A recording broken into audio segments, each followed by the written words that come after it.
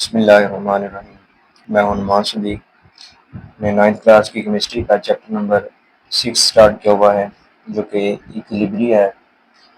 Lecture number 3 है effect of physical condition of reaction. किसी भी रिएक्शन की जो फिजिकल कंडीशन है, फिजिकल कंडीशन क्या होती हैं, जैसे कि टेम्परेचर है, प्रेशर है, ये कैटलिस्ट वगैरह, तो इनका रिएक्शन के ऊपर क्या असर होता है। A reversible reaction retain equilibrium for infinite unless it is disturbed। जब एक दफ़ा इक्विलिब्रियम कायम हो गई है, यानी रिवर्सिबल रिएक्शन में जब इक्विलिब्रियम की स्टेट अटेन हो चुकी होती है, तो वो लामहदूद टाइम के लिए जो है वो कायम रहेगी, जब तक कि उसको डिस्टर्ब नहीं किया जाए। अब इक्विलिब्रियम को डिस्टर्ब करने के मुख्तलिफ तरीके हैं, जैसे कि adding and withdrawing one of reactant species, यानी रिएक्टेंट में से आप किसी एक को ऐड कर दें या किसी एक को विथड्रा कर लें, तो इक्विलिब्रियम जो है वो डिस्टर्ब हो सकती है।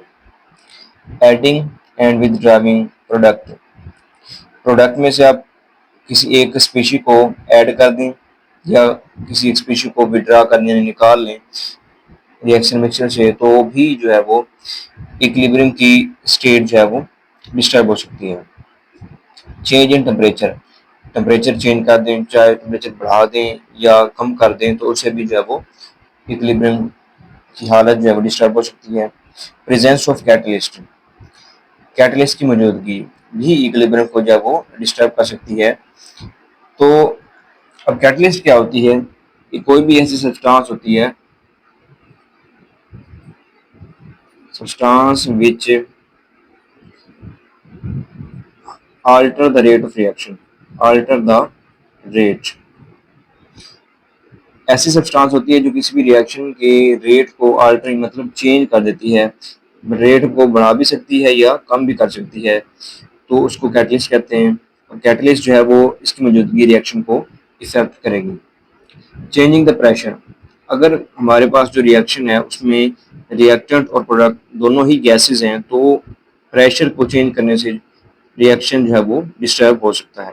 फॉर एग्जांपल, N2 गैस का जब रिएक्शन होगा H2 गैस के साथ, तो इससे अमोनिया गैस प्रोड्यूस होगी, और इसमें जो है वो कंडीशन जो है वो टेम्परेचर है 400 डिग्री और कैटलिस्ट जो है वो यूज होगी।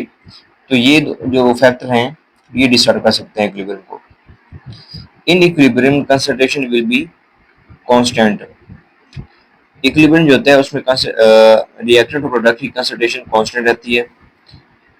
अब अगर इस एग्जांपल में देखें, if N2 added concentration increases, अगर N2 जो है इसमें मजीद इस रिएक्शन में N2 की मजीद मिकदार ऐड कर दें, तो जो रिएक्शन की कंसंट्रेशन होगी वो क्या होगी, बढ़ जाएगी, इंक्रीज कर जाएगी। तो अब दोबारा से इक्विलिब्रियम को रिस्टोर करने के लिए, बहाल करने के लिए N2 को H2 के साथ रिएक्ट करना पड़ेगा और अमोनिया गैस प्रोड्यूस करनी पड़ेगी, और फिर दोबारा से जो है वो इक्विलिब्रियम कायम हो जाएगी। और ये जो न्यू कंसंट्रेशन होगी भी डिफरेंट, पहले वाली कंसंट्रेशन से ये डिफरेंट होगी, यानी पहले जहाँ पे इक्विलिब्रियम कायम हुई थी वो कंसंट्रेशन और होगी, अब जहाँ जाके इक्विलिब्रियम कायम हुई है तो ये कंसंट्रेशन थोड़ी डिफरेंट होगी। If we draw NH3 concentration decreases, अगर हम, ये तो था रिएक्टेंट वाली साइड, अगर हम प्रोडक्ट वाली साइड से प्रोडक्ट को यानी अमोनिया को विड्रा कर लें, तो जो कंसंट्रेशन है वो डिक्रीज कर जाएगी।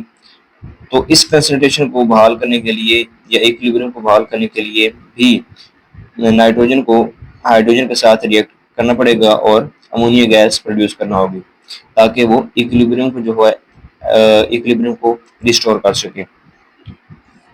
After equilibrium the concentration become constant, जब इक्विलिब्रियम अटेन हो जाएगी तो दोबारा से जो कंसंट्रेशन है वो कांस्टेंट हो जाएगी।